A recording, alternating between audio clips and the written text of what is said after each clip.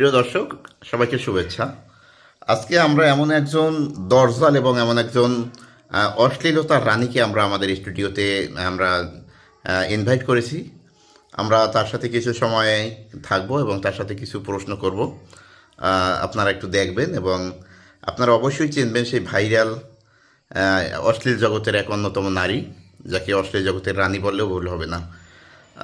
আমরা এখন তার সাথে কিছু প্রশ্ন নিয়ে কথা বলবো।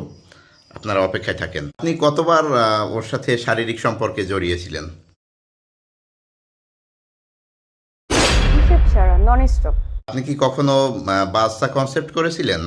না না না, এই প্রবলেমটা হয়নি। ধর্মের আগে হচ্ছে মানুষের জীবন। আমি বেঁচে থাকলে আমি ধর্ম পালন করতে পারবো, যে কোনো ধর্ম হোক আমি পালন করতে পারবো, আমি যদি বেঁচে থাকি।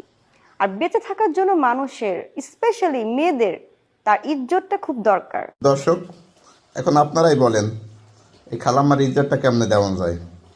আর ইজ্জতের বোতল তো আমার দ্বারা একটা আছে, এক বোতল দিলে হবে? এত বেঁচে থাকার জন্য ইজ্জতের দরকার। সব কিছু খোলামেলা আছে, তাতে সমস্যা নাই। এখন তারপর ইজ্জত তার লাগবে। এখন ইজ্জত আমার কাছে এক বোতল আছে, আপনাকে যদি দিয়ে দিতে পারেন তাহলে আমি দিয়ে দিতে পারি।